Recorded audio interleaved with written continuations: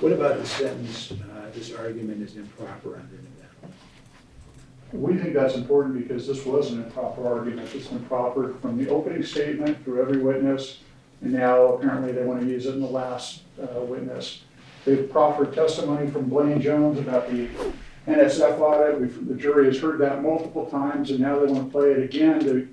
For what reason? To smear real water. It has nothing to do with their defenses. So that we believe, honestly, Your Honor, we warned them, we objected in opening statement, we objected to witnesses, and for whatever reason, they choose not to believe us that there is no comparative strict products liability, so that argument continues to be made, and that's why we think a corrective instruction is warranted. I mean, and this is important to remember, anything, you talk about comparative, you're talking about negligence basically. That's right. You know, I mean, it really is, it's a strict products liability. And as it pertains to the plaintiffs in this case, there's been no allegation of product misuse. I mean, all they did was drink water. That's right. You know, and so, and that's normally some of the defenses you might see in a strict products liability case, and this is not that. And so let me look at it one more time. I'll give you instructions, sir. Thank you, Your Honor. So where do we go from here? I know we have to go to lunch. I'd like to know whether they're going to insist on playing this Blaine Jones testimony for the fourth time, and the Anthony Brown. I agree that should have it too, but if they're not, we can go straight to the statement, I mean, a closing statement. If they are, I mean, we have some issues to discuss. Here's my question, in light of my decision, in this case is going to, the jury's going to be charged with determining compensatory damages and the like. What's left from an evidentiary perspective? I think that there's still a punitive issue. No, I get that. I get that, I did.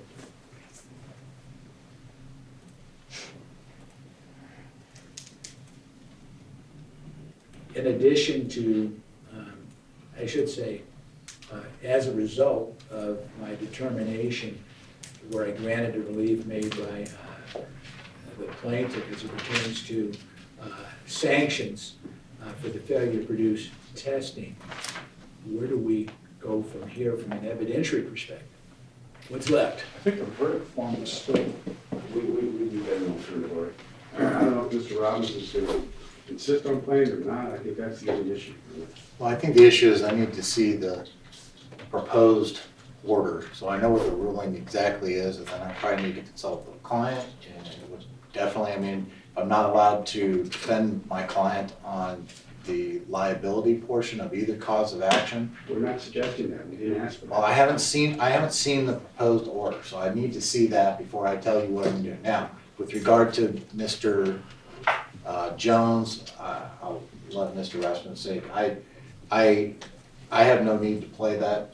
I have no need to play it if he's not gonna play Jones, because Yeah, but I absolutely disagree with regard to Mr. Anthony Brown. There's nothing in there, and it's 14 minutes long. You want to preview the whole thing, you can. There's nothing in there that criticizes, If he wants to play it, that criticize, well, no, it was Mr. Odou that objected.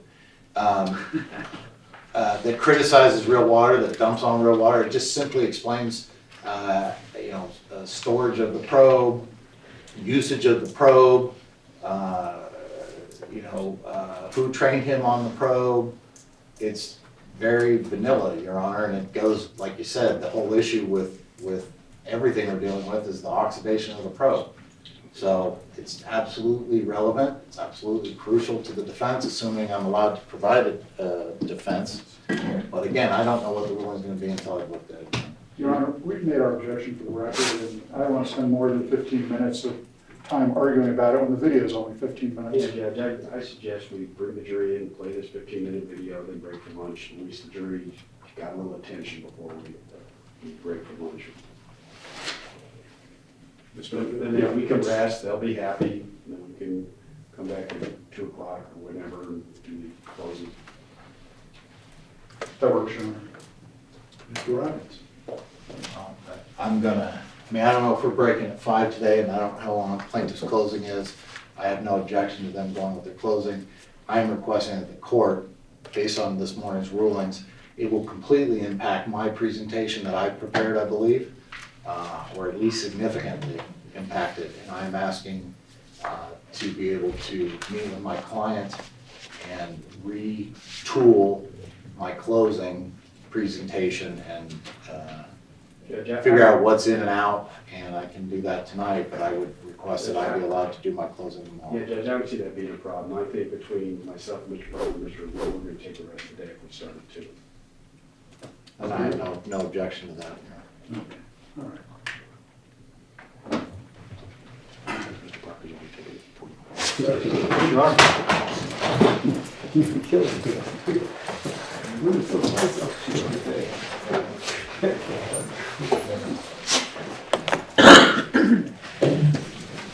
All rise for the hearing.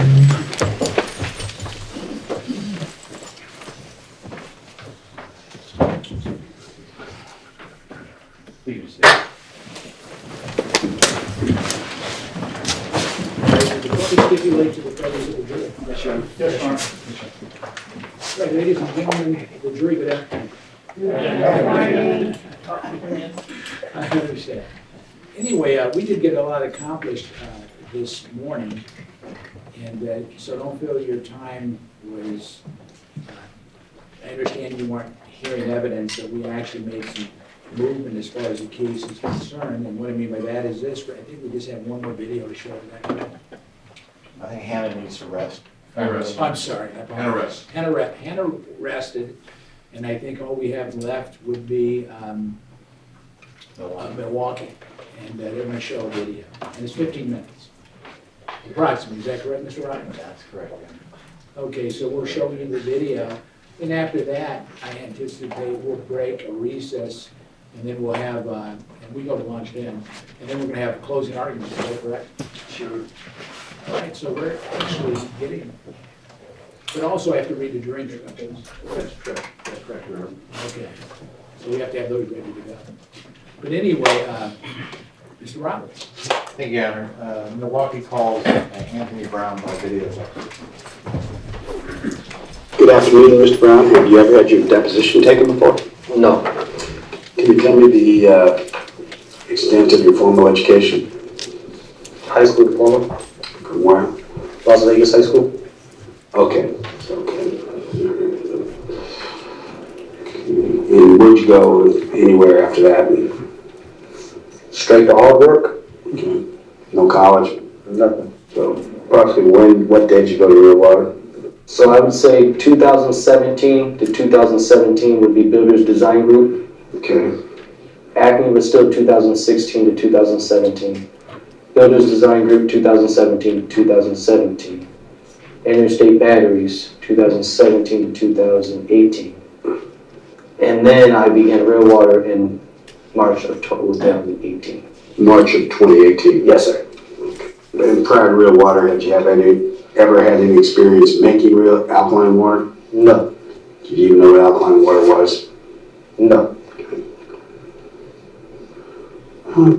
So you started, you said, in March 2018, correct? Mm-hmm. Yes. And what's your first job? Oh, my apologies. No, first job was just a warehouse worker, making boxes at the Desert Inn location. All right, so how long did you continue as a warehouse worker? Couple months, approximately 5 months. Okay, so maybe March 2018 to about August 2018? Yes, Okay. So you became the night shift production manager in around August 2018, right? yes. And who was the production lead? Shane, Shady Castile? yes. And did you subsequently take another position there? I did take another position there, yes. And what was that? Driver, Approximately when? after the 8 months, so I would say around June 2019.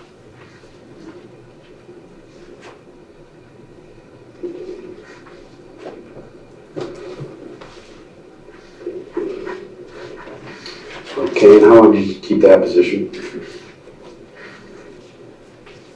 Till about December 2019. And then what did you do, if anything? moved up to HOD manager. That's home delivery manager? Yes, And practically, when did you become the home delivery manager? January 2020. And when you were the night shift production lead, was Shaney your immediate supervisor? Yes, And so I had that from the time period. Well, what time period again was that? August 2018 to June 2019. June 2019. Okay. And during the whole time you were the night shift production lead. Yes, All right. As part of your job responsibilities, did you have to take water readings? yes. And can you tell me how you, or what water readings you had to take and at what point in the production process? I remember one was a TDS meter, and I believe the other one was an ORP meter. I would have to take those for every tank of water. Okay. And TDS means total dissolved solids. Yes. You know what ORP means? Not off the top of my head right now, no. Okay. And prior to coming to work for Real Water, had you ever used a TDS meter before? No, And prior to coming to work for Real Water, have you ever used an ORP meter before? no, Did you even know what an ORP meter was? no. Now, you said you had to do it for every tank of water. Would that be the tanks of purified water before you mixed in the concentrate, or at what point in the process will you take these readings? We would take it before and after the concentrate and potassium was added to the water. Okay. So let's back up. You weren't involved in making the concentrate, correct? No, Okay, I get it. So you had concentrate jugs and you took those and you added these to water. yes, Okay. You would take the 5-gallon concentrate jug and take the concentrate and mix it into the water, correct? yes, And prior to doing that, did you take any measurements of either the concentrate or the water? yes. Take it both. And what measurements did you take? You test the water, TDS and ORP, and you check the ORP of the concentrate. And was there a target ORP for the concentrate? There was a target for both. I don't recall either of them off the top of my head. In other words, there was, when you test the concentrate, you wanted to see a measurement of, How strong the concentrate was. okay, and what did you do if the concentrate was stronger than what you wanted? The concentrate was stronger than what we are recommended to have it at. I would add less of the concentrate to the water. And what if it was not as strong? I would add a little bit more than recommended. Well, a little bit more than what was the normal dosage. Okay, and was this, was the concentrate usually spot on? Was it high, was it low? It was very often, we're spot on. Okay.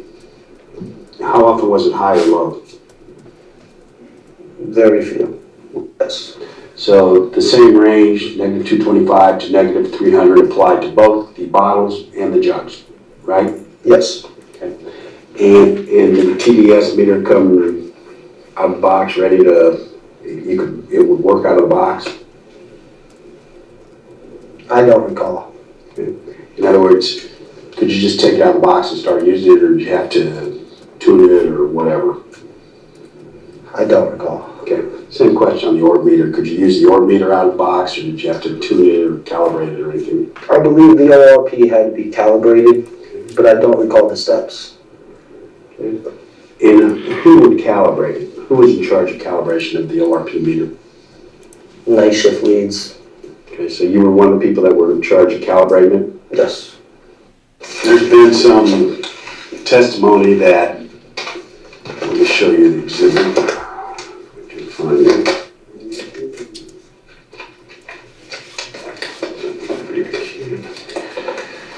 Why don't you take a look at your book, which is exhibit 59, please.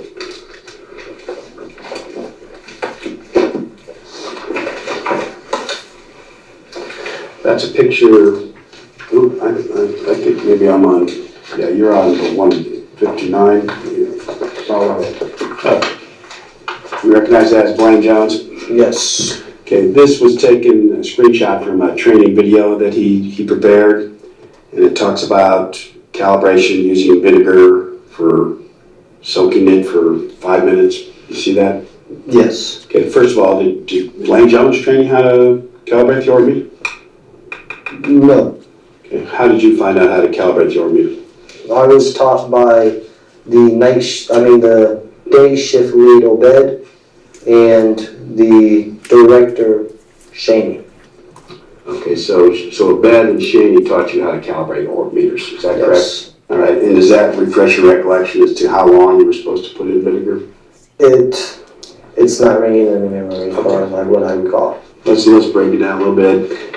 Do you remember whether or not the device had what's called a probe? Yes. Okay. And do you remember whether or not you had to do anything to that probe before you could use the meter? Vinegar sounds very familiar. Okay.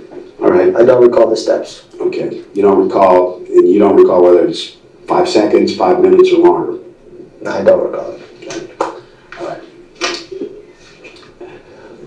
Did you take it out of the box?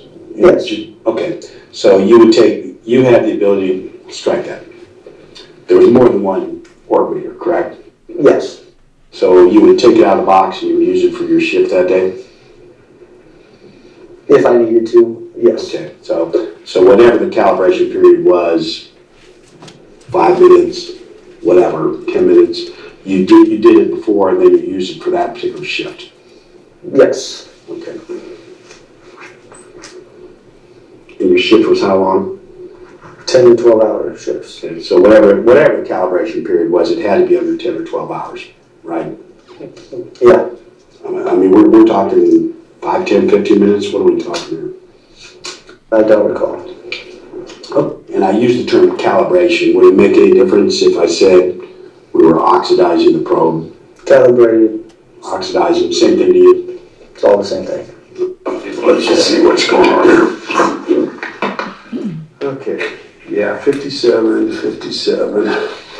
Okay, all right. So that's 57, so let's try 58. Okay, there we go. And that's a copy of the user manual for the MW500 ormeter. Have you ever seen that before? Off of the top of my head, I can't recall. All right, can't recall one way or the other. I do remember there was a packet, a night shift lead packet I had to do. I had to read and fill out. Okay, and that's some sort of training materials from Real Water? Yes. Okay. And you don't know whether this user manual is in there or not? I don't recall. It is your practice to read user manuals, I assume? I mean, not this product, but with regards to other products, you read the user manual? Yes. Like when you get a new cell phone, you read the user manual? Yes? Yes. When you get a car, you read the user manual? Right? Yes. Okay. All right. And with regards to, are you familiar with little stickers they put on tools and products and things like that? Little warning stickers? Have you seen those? Hazard stickers, Right. along those lines, yes. Okay. And it's your practice to read those too? Yes. As we say today, your best recollection is you use vinegar to do the calibration oxidation. Vinegar had some part in it, yes. Okay. Did they have a bottle of vinegar there, or where'd you get the vinegar from? They had vinegar, yes. You were the production lead. I was the manager of production, everything, yes. So you were Mr. Aiken's manager. I was ahead of him title-wise, yes. Okay. Did you teach him how to use the ormeter? No. Do you know who did? Blaine Jones. Blaine taught him how to use it. Yes. How did you know that Blaine taught Mr. Aikens how to use the ormeter? I was at the facility when they were training. Okay, so when now I've got a cup off of this filler and it's been timed, then I take the ORP meter, correct? No, the ORP has vinegar on it, so it would damage the water, so you have to do the TDS testing first, You do a TDS test, then what? then the ORP test. So since it's been in vinegar, do I clean that off, You, the vinegar off of that? yes, you rinse it off. Usually you have a cup of, just another cup there. You dump some water in the cup and then you just take the, I think we'll just call it probe or wand, and you, The probe, we'll use the word probe, okay? You put the probe in there and rinse it around to get it clean, shake it off, and then you put it, okay, shake it off. and then you put it And into testing water. Okay, and then when you would put that into the testing water, do you hit the on button of the ORP meter? Or before? The ORP is always on. ORP is always on, so then you put the probe in, and then did it give you a reading? You mix it around a little bit and let it sit in there a little bit. It would change numbers until it came to a steady number and it stopped moving. So you would have to leave the probe in the water for about a minute till you got the actual reading. Okay, so it stabilized, and then after a minute you got the actual reading based on the response time of about 1 minute, correct? About 1 minute, yes. Okay. And did that change over time at any time? In other words, the response time, did that change from 1 minute to become less or more? No, because you keep the probe in vinegar, and the vinegar was a positive number. So it took time for it to go from positive 500 down to negative 250. So it was just the waiting period of, as that meter was changing numbers, you just sat there and wait till it got to that number and it stopped moving. That gave you your read. So a minute was normal. Okay. And did you always store the probe tip in vinegar when it wasn't being used? Correct. Yes.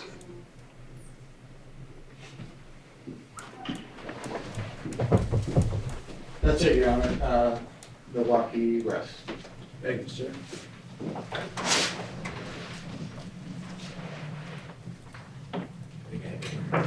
You're on for the rest and no rebuttal. All right. Mr. Parker, any rebuttal? No, Your Honor. Thank you very much. All right, time for lunch?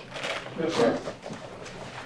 Okay, ladies and gentlemen, you're admonished not to converse amongst yourselves or with anyone else on any subject connected with this trial, or read, watch, or listen to any report of or commentary on the trial by any portions connected with this case, or by any medium of information, including without limitations, newspaper, television, radio. Remember the social media prohibition, or to form or express any opinion on any subject connected with the trial until the trial is finished and proceed. How much time do you have, counsel? Hour, you're on.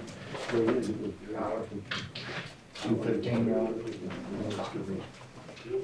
Does the jury believe me? How'd you know I was going to do that? All right. Ladies and gentlemen, what do you think? Lunch? 2:15? It'll be 2:50. Yes, Your Honor.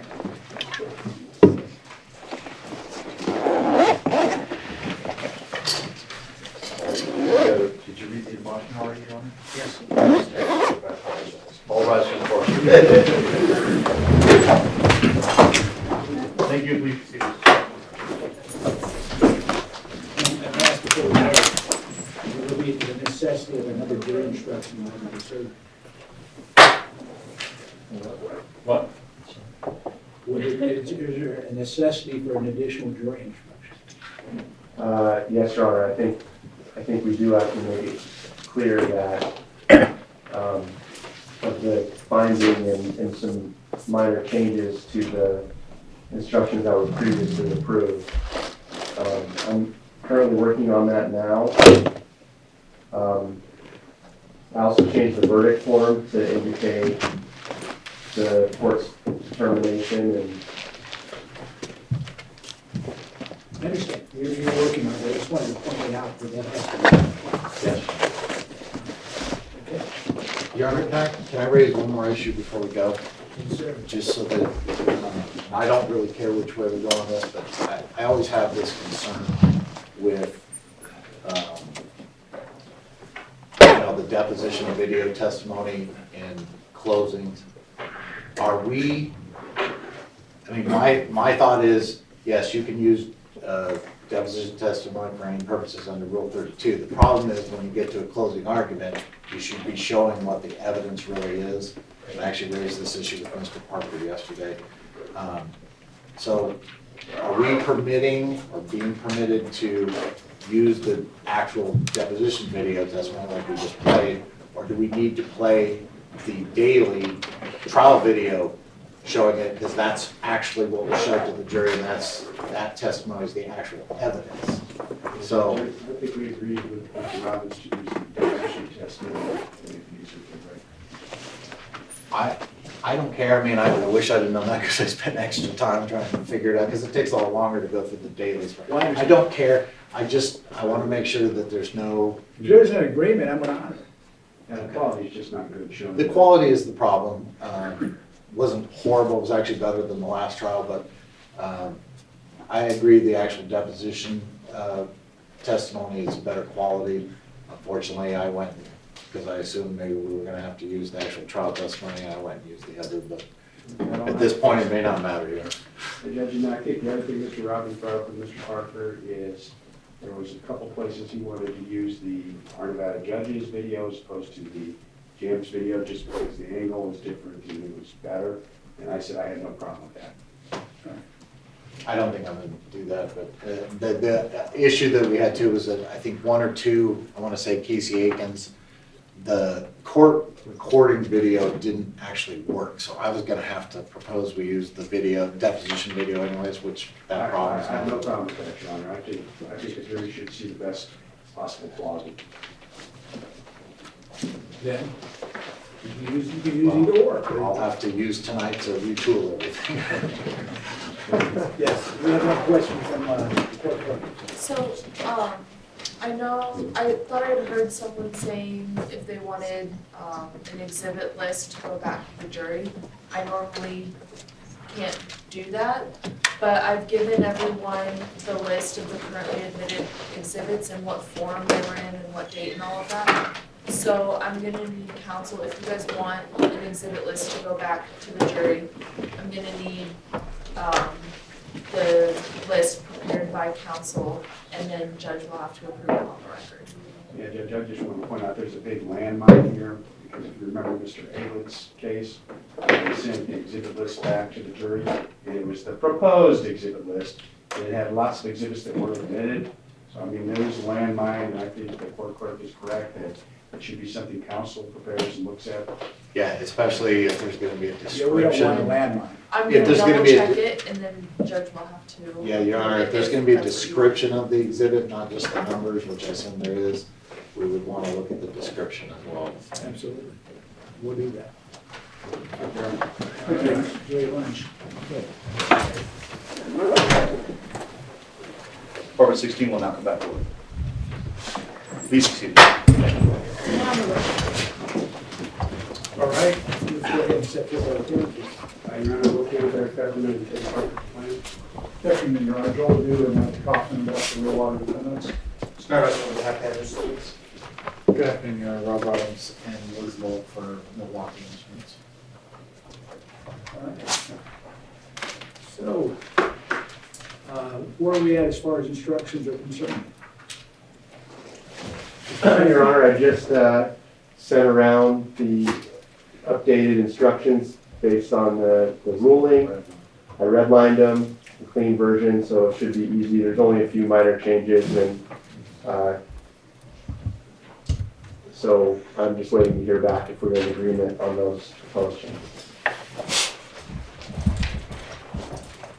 You were scrolling through them, Your Honor, the email that Kaufman a few moments ago.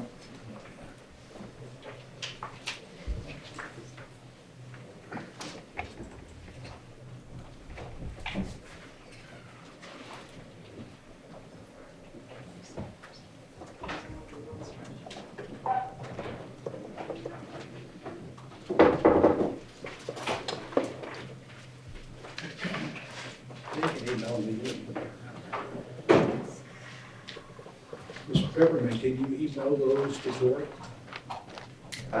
Yes, Your Honor.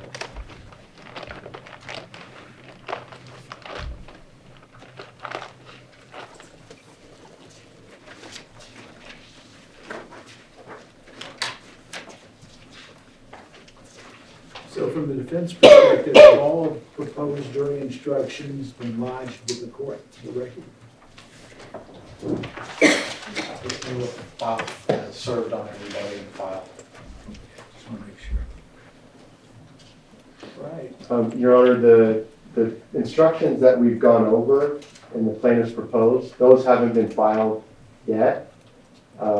We will file those separately from whatever the instructions are that the court decides to give for the record. All right. So as far as the ones that have been given to me to look at and have been redlined, where are the discrepancies and/or issues? Which ones? I don't know that there are any, I just was waiting for confirmation from the defendants on the changes. None from low water. I just want to make sure, and if there are, I want to make sure everyone has a full and fair opportunity to place that on the record. How much more time do you think the defense needs? I don't need any more time. Okay. Mr. Rasmussen? Oh, I don't have any more time on this. Thank you, Your Honor, I appreciate that. Okay. All right.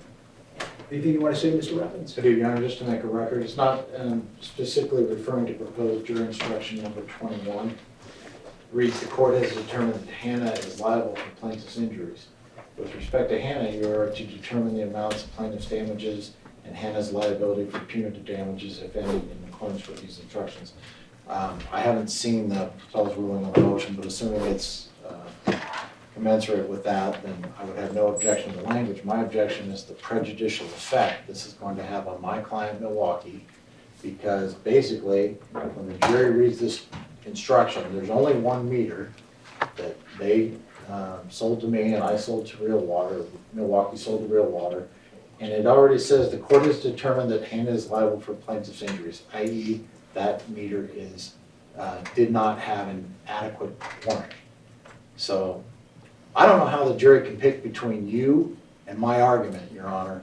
I think the prejudice is clear, it's extreme, and it's tantamount to a summary judgment against Milwaukee. And for that reason, I renew my objection to the court's ruling and to this instruction. I don't necessarily have an issue with the language, if that's what Your Honor intends to put in front of the jury. It's more the prejudicial effect. I understand, sir. Any response from? It's really ironic that he's worried about the prejudicial effect of a defendant after what he's done to Mr. Odou during the whole case, Ron. I understand. Anything you want to add, Mr. Odou? No, Your Honor. We've talked about this extensively, and I'm just going to leave it that's on the record. Okay. I just want to make sure everybody can make. Thank you. All right. Anyway, are we ready to bring the jury in? It's going to take me, man, what, 50 plus instructions, so it'll take a little. I thought you argued your 58 or not. Huh? Oh, I'm sorry, did I miss Your motion? We can argue or submit. You can make, go ahead, and I think it's good to point it out. I don't want you to look it on the record. We'll be brief. Okay, go ahead, sir. Your Honor, we're moving for judgment as a matter of law on both of plaintiff's claims, for one for strict liability, one and one for breach of the implied warranty of fitness for a particular purpose. Both of our arguments are based on the fact that plaintiffs never used this meter, never bought this meter, never touched this meter, never were in the same room with the meter. I'll start with the implied warranty.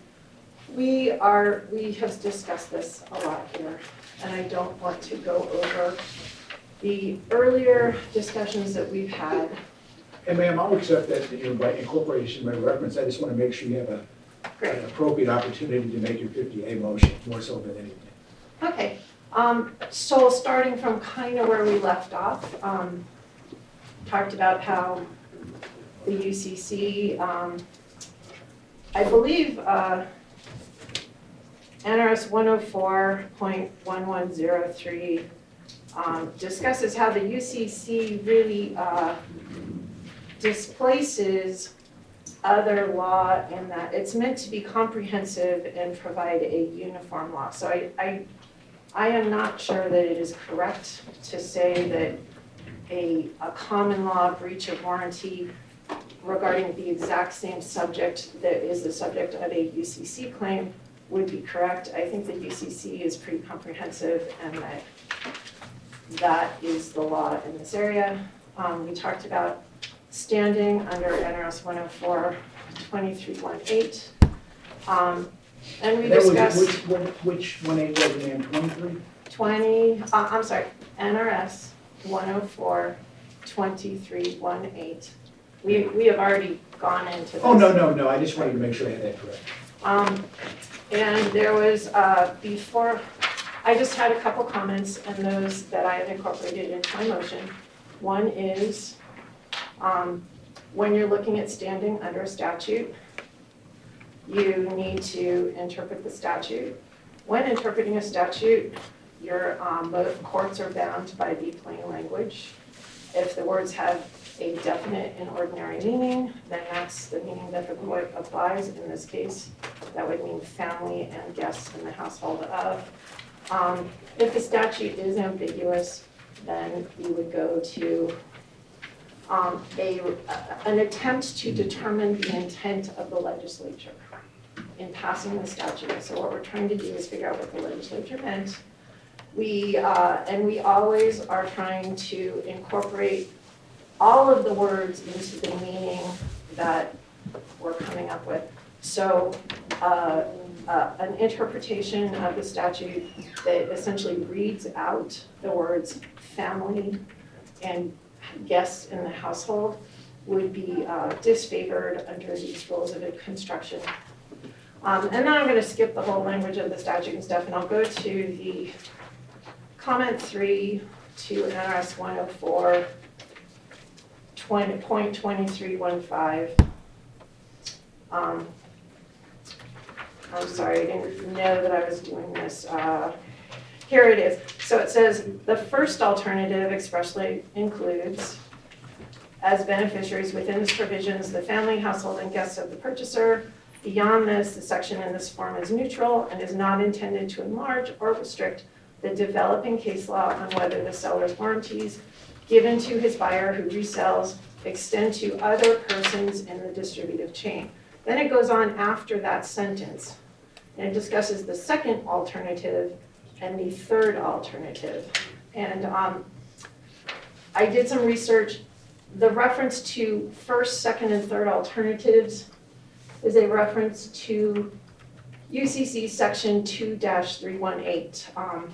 Our chapter 104 was passed in 1965. In 1966, the UCC revised section 2-318 to include 3 alternatives: Alternative A, Alternative B, and Alternative C. Alternative A contains the language of our statute, NRS 104.2318. It says, seller's warranty limited to family and guests. Alternative B has different language. It says seller's warranty extends to any natural person who may reasonably be expected to use, consume, or be affected by the goods. Alternative B and Alternative C also has that same language. Any natural person who may reasonably be expected to use or be affected by the goods. Those 2 alternatives have the language that plaintiffs are telling you is in our statute. But it's not there. If you look at the plain meaning, it's clearly not the same language. And for this revision was passed in 1966, which means for 56 years, the legislature has had the opportunity every other year to amend NRS 104.2318 in order to change the language to plaintiff's proposed interpretation. But they haven't done that. So I think that's evidence that the legislature did not intend to include any natural person in their statute on standing for breach of the implied warranty of fitness for a particular purpose. So moving on to the other claim, strict product liability. We've talked about that. There's NRS, sorry, it's not NRS, that is based on case law. That comes from the restatement second and the adoption of restatement 402A. In 402A, I think the original interpretation was the people who had standing would be users and consumers. Comment L, and this was also incorporated in another brief, so I'll just be brief. Comment L says, we take no position on whether you can extend standing to include other innocent people like bystanders. Use the term bystanders. Plaintiff has responded with the Chiavani case, which concerns a doctor who was killed in an accident with a bus. Obviously, he's not a user or consumer, he's a bystander. But I will note, in that case, there is no discussion of bystander standing liability. The Supreme Court, that issue was not in front of them. I actually went and looked at the briefs on that appeal, and for some reason it was not raised. So I think you can say the Supreme Court probably would recognize bystander standing, but I don't think you can say that they have. In addition, these plaintiffs are not bystanders. We don't, if you look, not to be flippant, but the definition of bystander, I mean, someone who is standing by, as in proximity, near to. These plaintiffs were far removed from this product. They were never near this product. They were never directly injured by this product. So even if we were to think that bystander standing has been recognized in Nevada, they are not bystanders. And that is essentially everything in the motion. Thank you. You're welcome. I'll just incorporate by reference the arguments we made on these exact same points. All right, Mr. Parker. I would join Mr. Kent's position, Your Honor. Okay, Mr. Odou, sir. Your Honor, I have one other housekeeping matter, but I have nothing to add on this particular motion. All right, ma'am, anything you want to add in your final word? No, Your Honor, thank you. All right. Okay, as far as the 50A motion is concerned, I'm going to deny that. Mr. Odou, sir. Thank you, Your Honor. As the court's well aware, UNFW apparently reached some type of settlement with the plaintiffs. They have a cross-claim against Real Water. They have a third-party complaint against Real Water Gold Coast. They have not reached any type of agreement with us. They've not appeared at trial. They've not made any type of argument for either of them. The words Gold Coast have never come up in this trial other than when I've spoken it every morning to announce which parties we represent. Therefore, we're moving for a directed verdict for Real Water Gold Coast, just as a third-party complaint of UNFW, and either a directed verdict or dismissal of UNFW cross-claims against Real Water Inc. and Infinity for failing to participate in this trial. And yet, I thought the third-party complaints were reserved for another phase. Number one, and number two, I think this is probably something that Mr. Neal needs to talk about. I contacted Mr. Neal, and he wanted to hang on to these. Well, When you say you wanted to hang on to them, what do you mean? well, I don't know what he means by that. I don't think that's proper. I think he had an opportunity to come to trial and chose not to. And it's third-party complaint, it's, you know, it's, liability hasn't been determined against Mr. Levine yet. We stipulated to liability. And there's no damages, Your Honor. We've actually stipulated the two types of damages already. Oh, yeah. I think someone else did that. Is that- Your Honor, I know that one of the outstanding issues with UNFW is that they did reach a settlement with plaintiffs. Those amounts that were in that settlement has not yet been disclosed to the defendants with regard to set off, with regard to compensatory damages that may be alleged against the parties. We certainly have an interest in knowing those at some point soon. Well, I think potentially, if necessary, you might get a offset, you know. I mean, I get that. So I don't necessarily disagree with you, but I'm just trying to figure out what to do with this third-party complaint. I think we discussed this. There was a motion that we filed on how to order these things, and my understanding of what we were going to do is we were going to wait until after this proceeding to address the third party. And I think that was Mr. Neal's understanding as well. Your Honor, that was as to Real Water Tennessee, who prevailed on summary judgment. And again, we contacted Mr. Neal at the start of trial, asked him if he was going to dismiss it. He said, no, I want to hang on to it. I don't know what that means. It's the same third-party complaint, Your Honor, from Tennessee and Gold Coast for the exact same one, there's not two. Well, I think the issue with Gold Coast is slightly different in that, as far as Real Water Gold Coast goes, there's been no evidence that Mr. Belsky, who would be the only one applicable because of the settlement with Mr. Haley, and Mr. Belsky drank water from California. So I think as far as Gold Coast goes, that's a pretty simple one. There's been no evidence put forth by the jury that Mr. Belsky consumed water from California. In fact, Real Water Inc. and Affinity have not only acknowledged that he drank real water from Nevada, but that it made him ill. Well, Your Honor, I think there's been no evidence because this wasn't the time to try that claim. But there actually has been some evidence. We submitted the home delivery records of Mr. Belsky, and if you look at them closely, they say Real Water Gold Coast on them. I think that may be because the form was mistakenly used, but I don't think that's clear at this point. And I think Mr. Neal has the right to present his third-party claim. That is true that there are documents that are not in evidence that say Real Water Gold Coast. There are no documents in evidence that say Real Water Gold Coast. So that's why we think. And let me make sure, what was the basis of the third-party complaint? Was it indemnity? Yes, Your Honor. During the course of the case, there was some allegations that Real Water Gold Coast forms had been used to sell home delivery water to the plaintiffs. None of those documents find evidence in this case. When Brent Jones testified, he testified that Real Water Gold Coast was a California entity. They distributed water in Oxnard, California. Mr. Brent Jones would be very upset if water was shipped from California back to Las Vegas, because that wouldn't make any financial sense.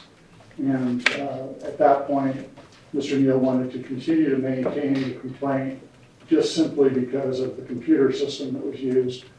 Brent Jones testified that Real Water decided not to buy a second computer system and designated home delivery as for Las Vegas as Route 2. And so if we see a document that says Real Water Gold Coast Route 2, that was a document completed by internal workers at Real Water Inc. for home delivery of Real Water Inc. Sometimes they whited the forms out, other times they didn't white the forms out. In Mr. Belsky's case, they didn't write all the forms out, but Mr. Belsky made payments to Real Water Inc. and Real Water Las Vegas or something like that. But again, those are also not in evidence. So the real issue is for the third-party complaint, it can't be derivative of the claims of Mr. Haley because those have been settled. And so the only issue is whether or not there's admissible evidence before the jury as to Real Water Gold Coast that they could then get indemnity from, and there's not. There's no evidence before the jury. In fact, I think, I could be wrong, I thought they had asked Mr. Belsky if he ever heard of Real Water Gold Coast, and I know what he did, but in any event, there's no evidence before the jury that Real Water Gold Coast sold water to Mr. Belsky, and hence there can be no indemnity. Well, I agree there's no evidence before the jury, but that's because Mr. Neal didn't think this was the time and place to pursue his third-party complaint. We haven't even received his payment yet, so I don't think his contribution indemnity claims even matured at this point. And I would point out for the record that there was one witness, maybe misguided, but there was one witness that testified that water was brought from California, from Real Water Gold Coast, and delivered to the plant here. I don't know if that's accurate testimony or not, but that testimony does exist. Your Honor, that testimony is all pre-2017, it wouldn't, or 2018, it wouldn't apply to any of the plaintiffs in this case. Yeah, and I don't mind telling you what my concern is. There's no question Mr. Neal aggressively participated in this case until the time came, right? And I'm not, yeah, he really did, there's no question about that. And he resolved this case with Mr. Kemp. And as far as is it just straight indemnity? I assume no contribution, right? It's indemnity and contribution. There's no contract between those particular entities and Mr. Neal's clients.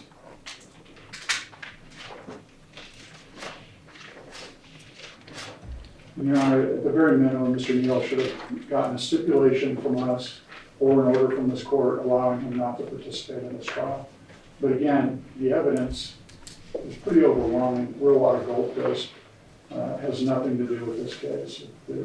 They distributed water in California out of Oxnard. Now, does he have anything other than, as far as the indemnity claim is concerned, anything besides Real Water Gold Coast?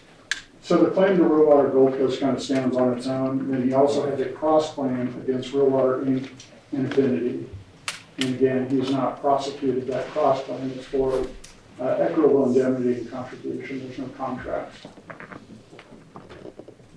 Just my problem with this is we brought this up at the Lemonade on the stage because I was concerned, and I think Mr. Kavanaugh was concerned about how much Real Water Tennessee had to be involved in this case. And we wanted Real Water Tennessee and Gold Coast to be kicked to some point after we were done. That's expressly what we asked for. We argued that. I thought that's what was, everyone knew that what we were going to do. And I think that explains why Mr. Neal hasn't been here for the last month. But in any event, I don't think third-party claims matured, number one. And number two, this isn't the time and place for it.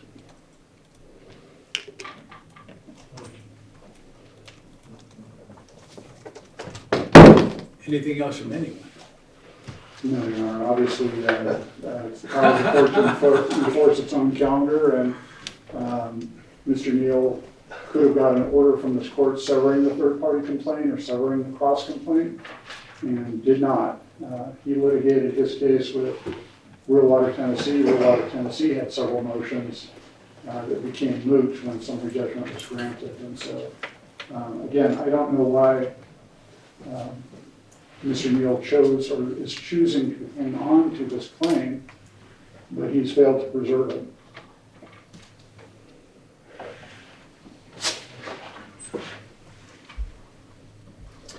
Do you think he was under any concerns, or he thought that the indemnity contribution claims can be resolved post-verdict? That happens sometimes. Well, he's split his cause of action, and he's filed a separate lawsuit in the bankruptcy court, which, again, I'm not coverage counsel, I'm not bankruptcy counsel. But that doesn't seem proper. But that's an issue for a different court.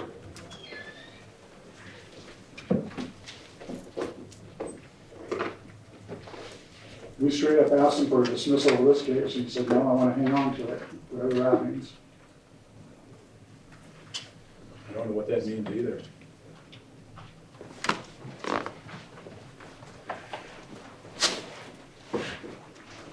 I don't think you should hold us up with the jury. No, the court wants to think on it. I will consider that. I mean, one of the primary reasons I'm concerned is Mr. Neal was very aggressive in his participation in the case. And so,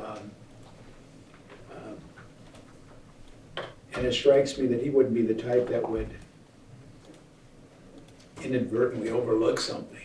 And the only thing I'm thinking of is potentially it could have been under the impression that this might be resolved post-trial.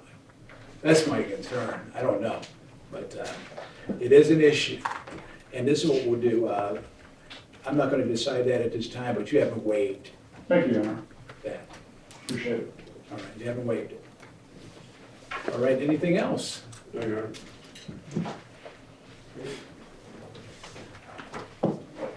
All right. So anyway, as far as the jury instructions are concerned, have we lodged all objections in the record as far as the jury instructions 1 through, what's the number? 53? Yes, Your Honor. Okay, just want to make sure. All right. And as far as the verdict forms, I don't know if we've had much discussion on that, have we? I think there were some objections made early on, but I think the form currently provided to the court is the accurate form with the understanding that those objections were rolled on and resolved. And is it everyone's understanding that the objections were addressed and ruled on? Yes, Your Honor. Yes, Your Honor. I just want to make sure I'm not doing it for replow ground, right? Okay. All right, if that's the case, then is there anything else? No, Your Honor. No, Your Honor. Sir? Yes, Your Honor.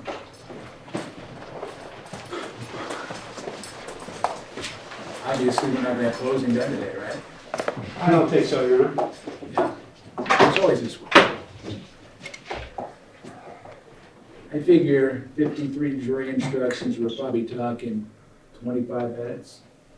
Something like that, that'll take us almost to 4 o'clock. I can get started and just break at 5, Your Honor, Okay. or whatever you want. About 3 minutes and 41 seconds. 15 seconds. Just count. Fourth minute, it's like, it's close. So it's like 4 minutes. All rise for the jury.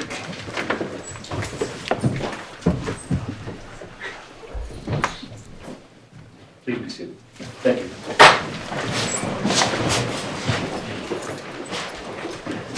All right, do the parties stipulate to the presence of the jury? Yes, sir. All right, ladies and gentlemen of the jury, good afternoon. And right now, I can tell you, we are ready to continue on. And remember at the very outset, we talked about jury instructions, right? And so I'm going to get ready to read the jury instructions to you. Then once I read the jury instructions, we'll probably, we'll start closing arguments. I think first up will be Mr. Kemp, and followed by Mr. Parker. I don't know if Mr. Kemp will finish today, but tomorrow morning probably we'll be done with, you think by noon we'll be done with argument? Or maybe 1 o'clock? Hopefully? I'm hoping. Okay, I do. What time will we be able to start tomorrow?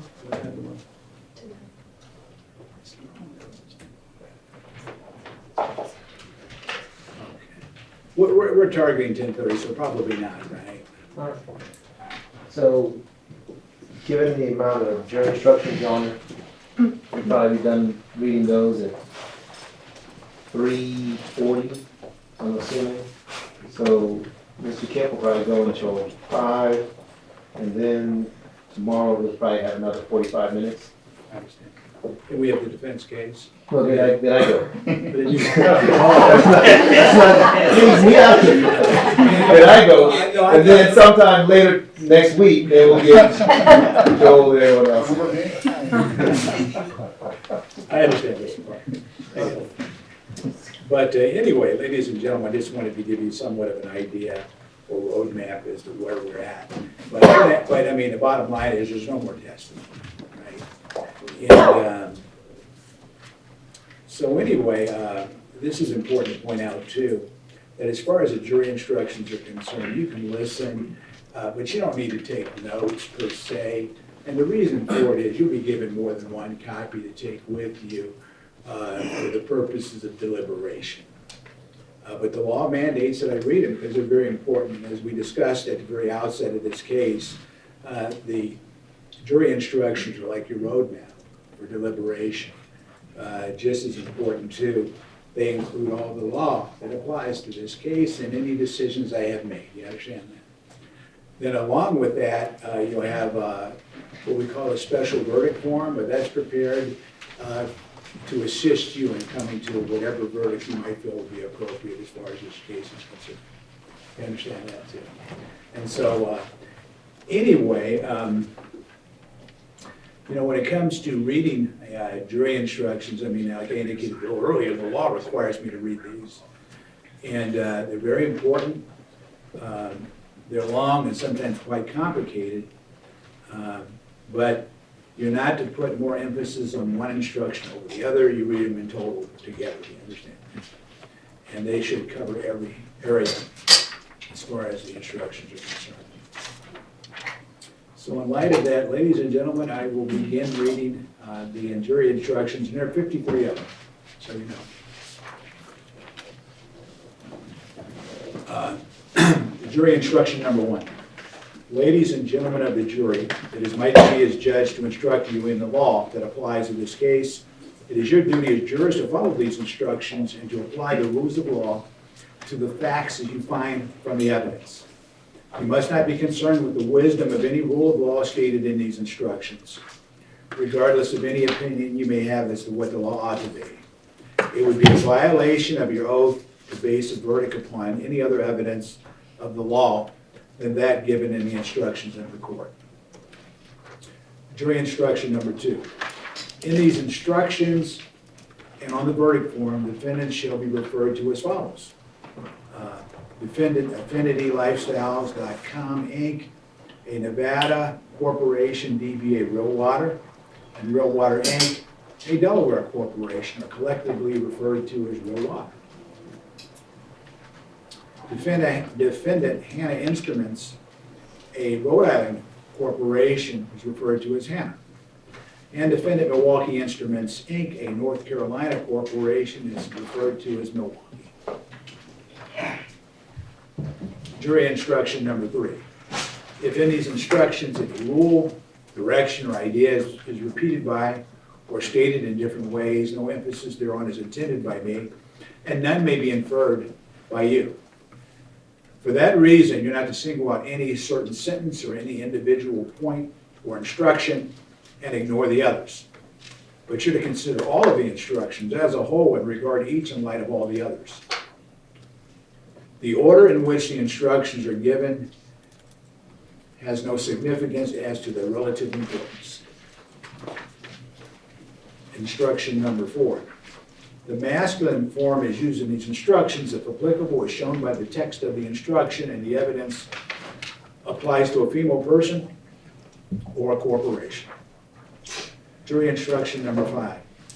The evidence which you're to consider in this case consists of the testimony of witnesses, the exhibits, and any admitted or agreed to by counsel. Statements, arguments, and opinions of counsel are not evidence in the case. However, if the attorney stipulate to the existence of a fact, you must accept the stipulation's evidence and regard the fact as proved. You must not speculate to be true any insinuation suggested by a question asked a witness. A question is not evidence and may be considered only as it supplies meaning to the answer. You must disregard any evidence to which an objection was sustained by the court and any evidence that is stricken by the court. Anything you may have seen or heard outside the courtroom is not evidence and must also be disregarded. Jury instruction number 6. You must decide all the questions of fact in this case from the evidence received in the trial and not from any other source. You must not make any independent investigation of the facts or the law or consider or discuss facts to which there is no evidence. This means, for example, you must not on your own visit the scene, conduct experiments, or consult reference works for additional information. Instruction number 7. Although you're to consider only the evidence in the case of reaching a verdict, you must bring to the consideration of the evidence your everyday common sense and judgment as reasonable men and women. Thus, you're not limited solely to what you see and hear as witnesses testify. You may draw reasonable inferences from the evidence which you feel are justified in light of the common experience, keeping in mind that such inferences should not be based on speculation or guess. A verdict may never be influenced by sympathy, prejudice, or public opinion. Your decision should be the product of sincere judgment and sound discretion in accordance with these rules of law.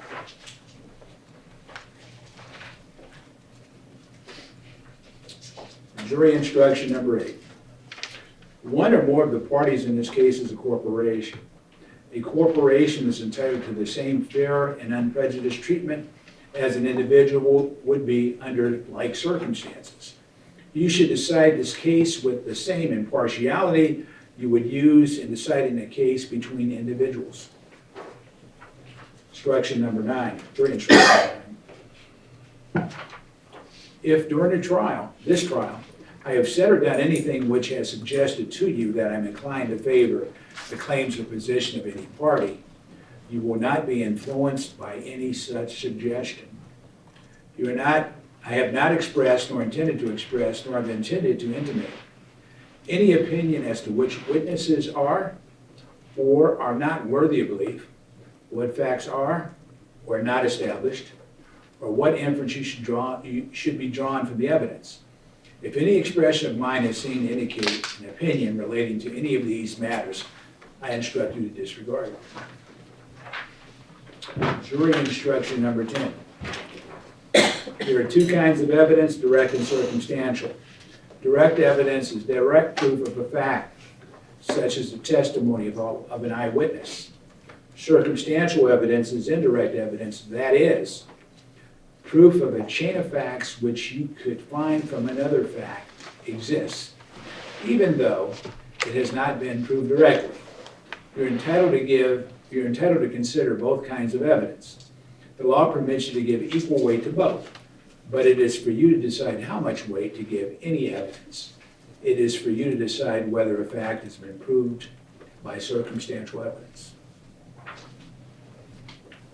Jury instruction number 11. In determining whether any proposition has been proved, you should consider all the evidence bearing on the question without regard to which party produced it. Jury instruction number 12. Certain testimony has been read into evidence from a deposition. A deposition is testimony under oath before trial and preserved in writing. You are to consider that testimony as if it had been given in court. Jury instruction number 13. During the course of the trial, you have heard reference made to the word interrogatory. An interrogatory is a written question asked by one party of another, who must answer it under oath in writing. You're to consider interrogatories and the answers thereto the same as if the questions had been asked and answered here in court. Jury instruction number 14.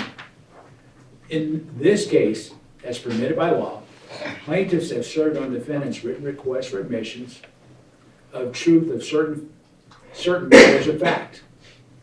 You will regard as being conclusively proved all such matters of fact which were expressly admitted by a defendant or which a defendant failed to deny.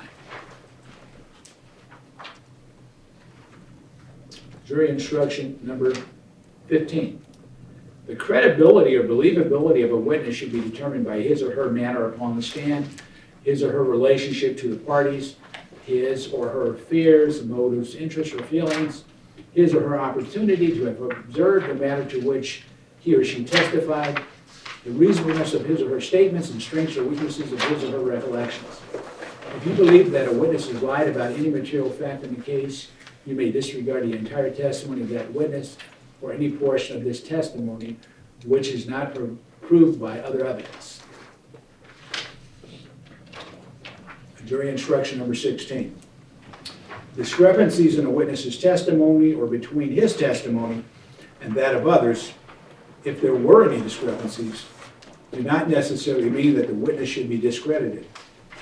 Failure of recollection is a common experience, and innocent misrecollection is not uncommon. It is a fact also that two persons witnessing an incident or transaction often see or hear it differently. Whether discrepancy pertains to a fact of importance or only to trivial detail should be considered in weighing its significance. Jury instruction number 17. An attorney has a right to interview a witness for the purpose of learning what testimony the witness will give. The fact that a witness has talked to an attorney and told him what he would testify to does not, by itself, reflect adversely on the truth of the testimony of the witness. Jury instruction number 18. A person who has special knowledge, skill, experience, training, or education in a particular science, profession, or occupation may give his or her opinion as an expert as to any matter in which he or she is skilled. In determining the way to be given such opinion, you should consider the qualifications and credibility of the expert and the reasons given for his or her opinion. You are not bound by such opinion. Give it the weight, if any, to which you deem it entitled. Jury instruction number 19.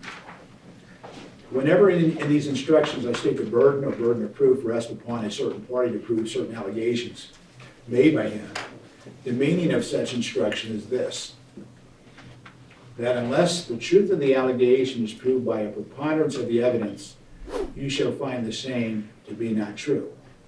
The term preponderance of evidence means such evidence as when weighed with that opposed to it has more convincing force and from which it appears the greatest probability of truth lies therein. Instruction number 20, jury instruction number 20. Real Water has admitted liability for plaintiff's injuries. With respect to Real Water, you're to determine the amount of plaintiff's damages and Real Water's liability for punitive damages, if any, in accordance with these instructions. Jury instruction number 21. The court has determined that Hanna is liable for plaintiff's injuries.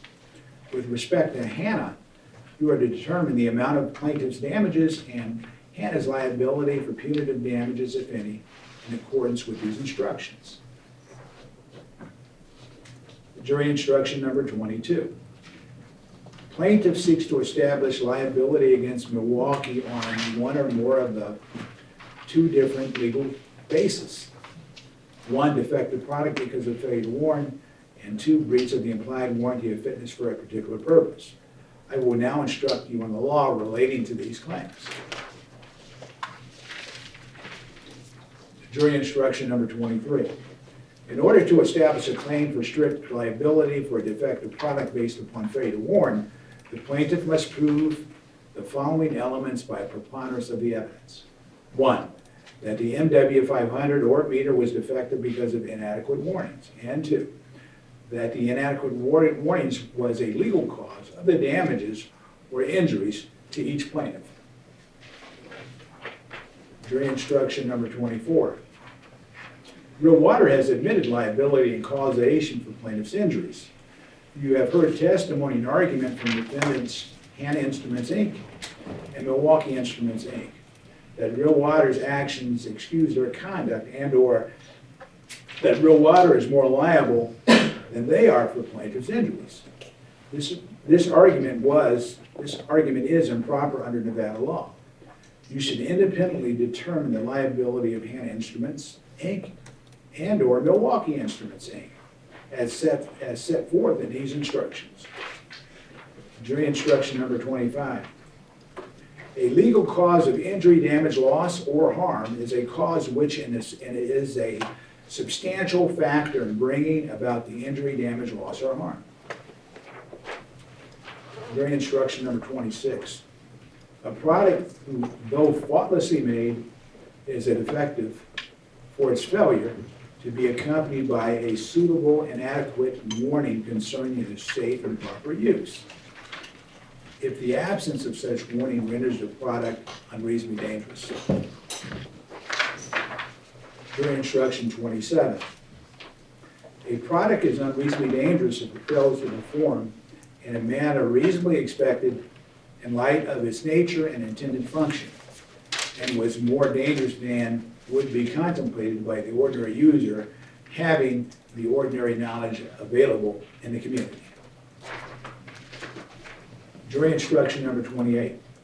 Plaintiff need not prove a specific defect in order to prove that a product failed to perform in a manner reasonably expected in light of the nature and intended function. Instruction number 28. Product manufacturers, distributors, and sellers all have an obligation to provide their product with warnings that adequately communicate any danger that may result from the product's use or foreseeable misuse. Where a product manufacturer, distributor, and or seller has reason to anticipate that the danger may result from a particular use or foreseeable misuse of its product, and it fails to give adequate warnings of such danger, a product sold without such warnings is in a defective condition. A warning must, 1, be designed so it can reasonably be expected to catch the attention of the consumer.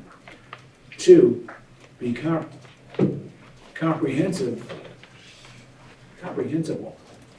and give a fair indication of the specific risk involved with the product. And 3, be of an intensity justified by the magnitude of the risk. Product manufacturers, distributors, and/or sellers cannot delegate their ultimate responsibility for assuring that their product is dispensed with all proper warnings. Your Honor, may I ask if you have two 28s? I think you said 28 twice. Did I? I'm sorry, that I just was want to make sure that should be 29, correct? correct, it's 29, Mr. Parker. Thank you, Your Honor. Thank you. Yeah, 28 started out plaintiffs need not prove, and Absolutely. 29 is product manufacturer. Is that correct? That's correct, Your Honor. Yes, Your Honor. But thank you, I'm trying to get it done. But, No, no worries, Your Honor. I'm in the 30s now. We are. All right, now, jury instruction number 30. If you find that warnings provided by the MW500 work meter were inadequate, defendant Milwaukee is liable if the plaintiffs prove by a preponderance of the evidence that the individual who might have acted on any warning would have acted in accordance with the warning. Jury instruction number 31. When a manufacturer, distributor, or seller of work meters has placed a dangerous or defective product into the stream of commerce, the manufacturer, distributor, and/or seller are all strictly liable for any harm caused by the dangerous or defective product.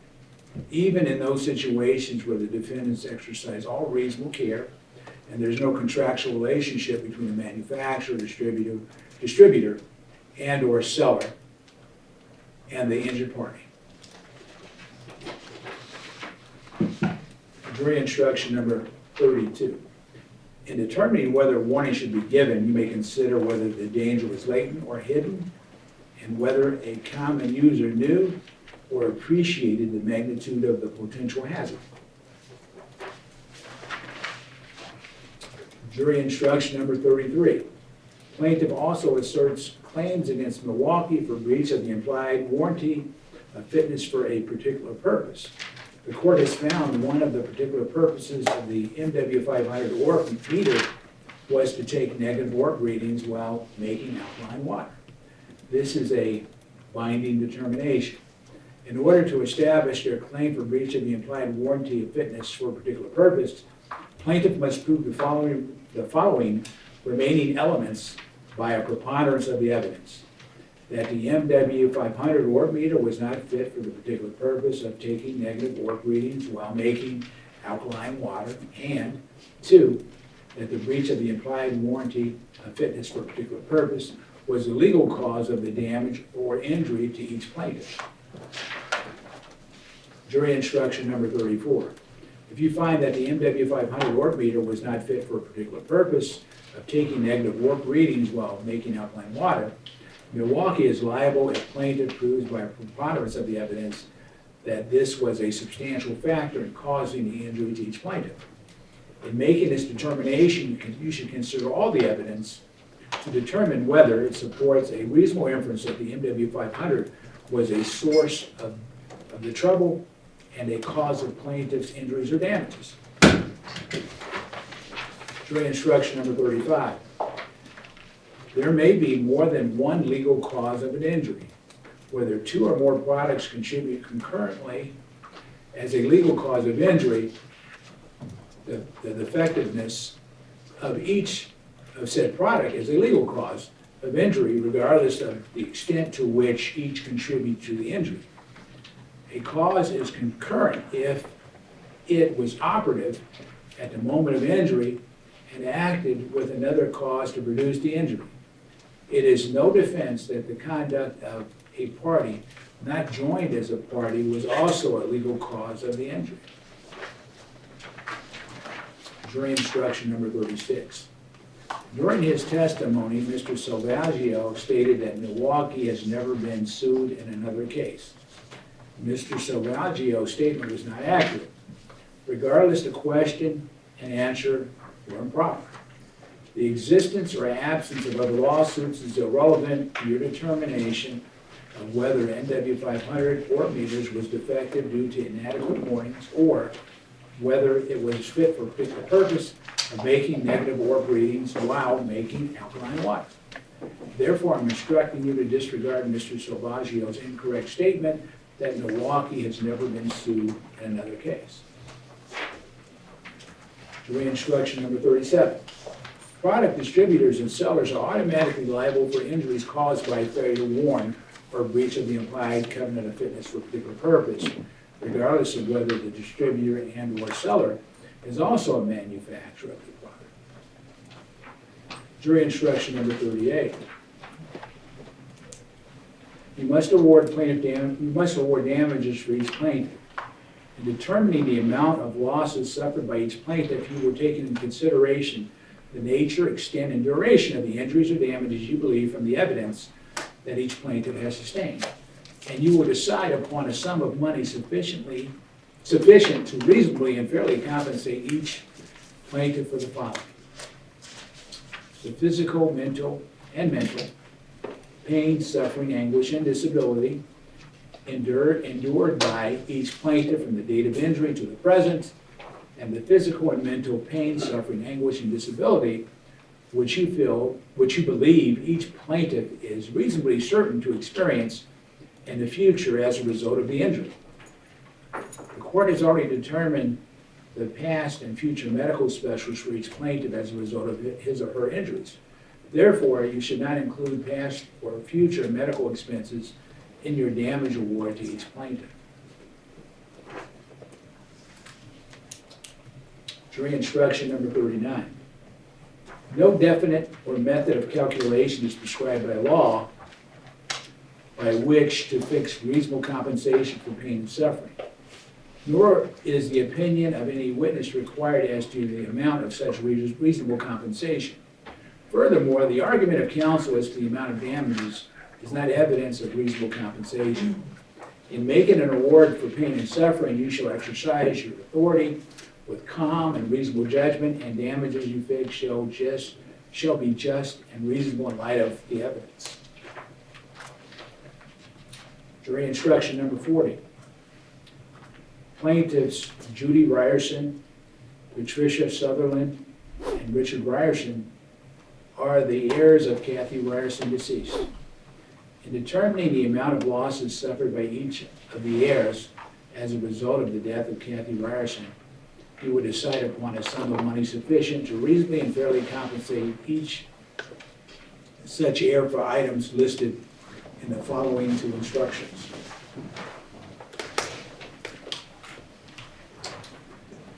Jury instruction number 41. The heir's loss of probable support, companionship, society, comfort, and consortium. In determining that loss, you may consider 1, the age of the deceased and of their heir. 2, the health of the deceased and of the heir. 3, the respective life expectancies of the deceased and of the heir. 4, whether the deceased was kindly, affectionate, or otherwise.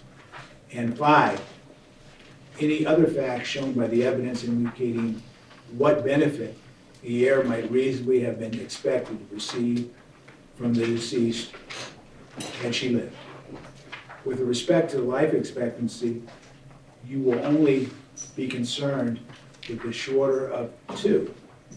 That of the heir whose damages you are evaluating, and that of the decedent, as one can derive benefit from the life of another only so long as both are alive. Jury instruction number 42. Any grief or sorrow suffered by the heir, and any grief or sorrow reasonably certain to be experienced by the heir in the future. Jury instruction number 43. According to the United States Department of Health and Human Services standard mortality table, the life expectancy of a female age 69 is 16 years. This fact should be considered by you in arriving at the amount of damages. Life expectancy shown by the mortality table is an entire estimate of the probably average remaining length of life of all persons in our country of a given age, and it is for you to determine the probable life expectancy of plaintiff from the evidence in this case. taking into consideration all of the evidence bearing on the same issue. Jury instruction number 44. You must also award damages for pain, suffering, and disfigurement experienced by the decedent Kathy Ryerson. Jury instruction number 45. No definite standard or method of calculation is prescribed by law by which to fix reasonable compensation for an heir's grief or sorrow, or for a decedent's pain and suffering or disfigurement. Nor is the opinion of any witness required as to the amount of such reasonable compensation. Furthermore, the argument of counsel as to the amount of damages is not evidence of reasonable compensation.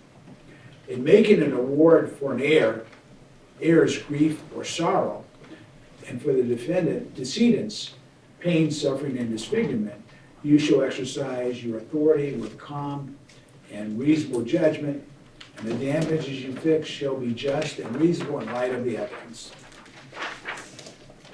Jury instruction number 46. Whether any of these elements of damages have been proven by the evidence, it's for you to determine. Neither sympathy nor speculation is a proper basis for determining damages. However, absolute certainty as to the damages is not required. It is only required that plaintiff prove each item of damage by a preponderance of the evidence.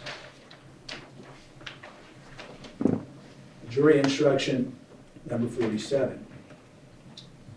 Based upon Real Water's admission of liability, you may consider whether you should award punitive or exemplary damages against real property for the sake of example by a way of punishment. Based upon the court's determination of liability, you may consider whether you should award punitive damages or exemplary damages against Hanna for the sake of example by the way of punishment. If you find that plaintiff suffered damage as a legal result of the conduct of Milwaukee, and upon which conduct you base a finding of liability, you may then consider whether you should award punitive or exemplary damages against Milwaukee for the sake of example and by the way of punishment. You may in your discretion award such damages if, but only if, you find by clear and convincing evidence that said defendant was guilty of oppression, fraud, or malice, express or implied, in the conduct upon which you base your findings of liability. Oppression means despicable conduct that subject a person to cruel and undue hardship, which with conscious disregard of the rights of the person. Fraud means an intentional misrepresentation, deception, or concealment of a material fact known to the person with the intent to deprive another person of his or her rights or property or otherwise injure another person. Implied malice means despicable conduct engaged in with a conscious disregard for the rights or safety of others. Conscious disregard means the knowledge of a probable harmful consequence of a wrongful act and a willful and deliberate failure to act to avoid those consequences.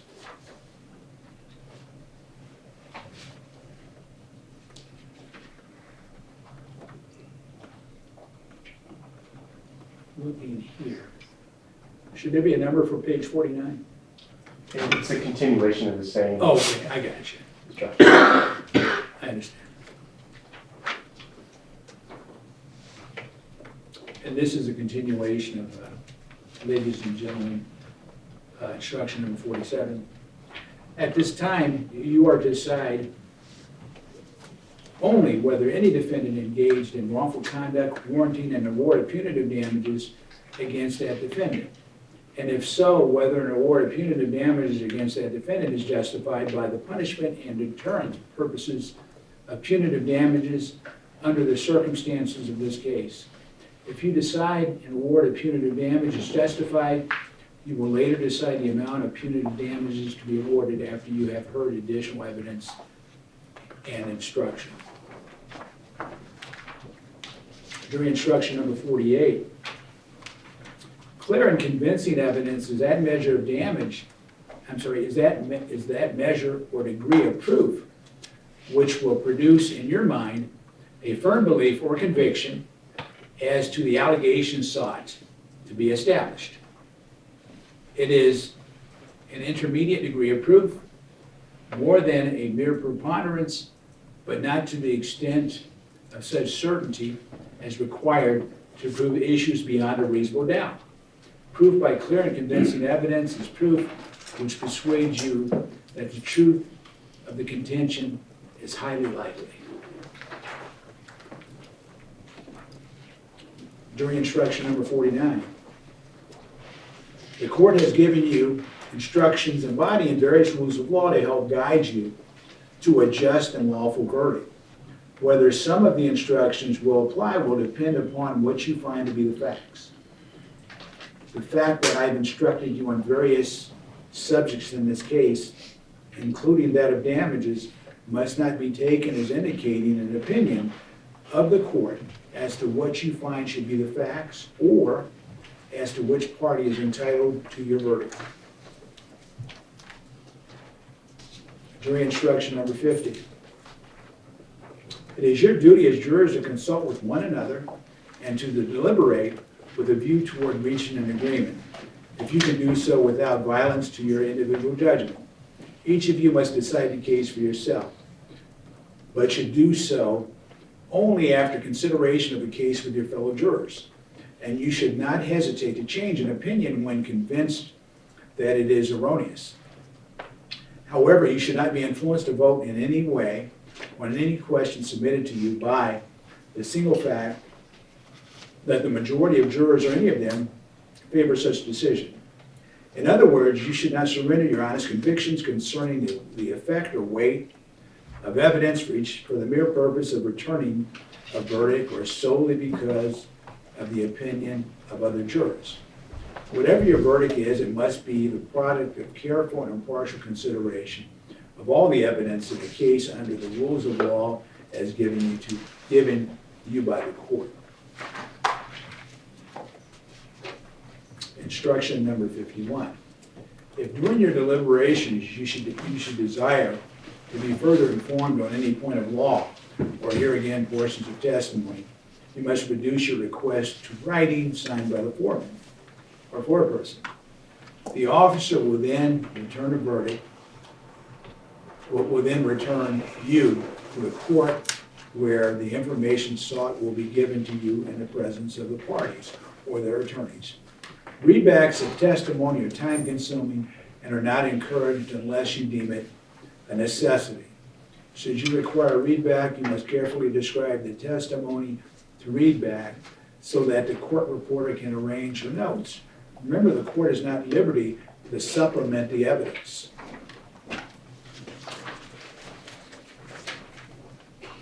You will now listen, jury instruction number 52.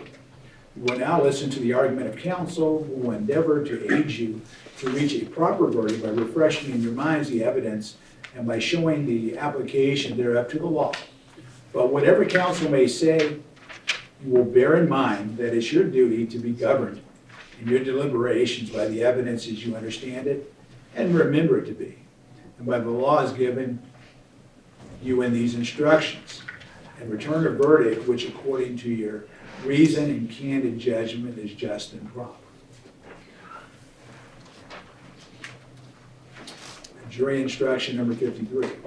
When you retire to consider your verdict, you must select one of your number to act as a foreperson who will preside over your deliberations and will be your spokesperson here in court. During your deliberations, you will have all the exhibits which were admitted into evidence. These were instructions and a special verdict form which has been prepared for your convenience. In a civil action, 3/4 of the total number of jurors may find and return a verdict. This is a civil action. As soon as 6 or more of you have agreed upon each answer required by the directions in the special verdict form, you must have the verdict signed and dated by the foreman and then return it to this room. All right. So do the parties stipulate jury instructions 1 through 53 have been read to the court? The jury. Yes, Your Honor. All right. So So Your Honor, can we approach? Yeah, we can. This won't take but a second.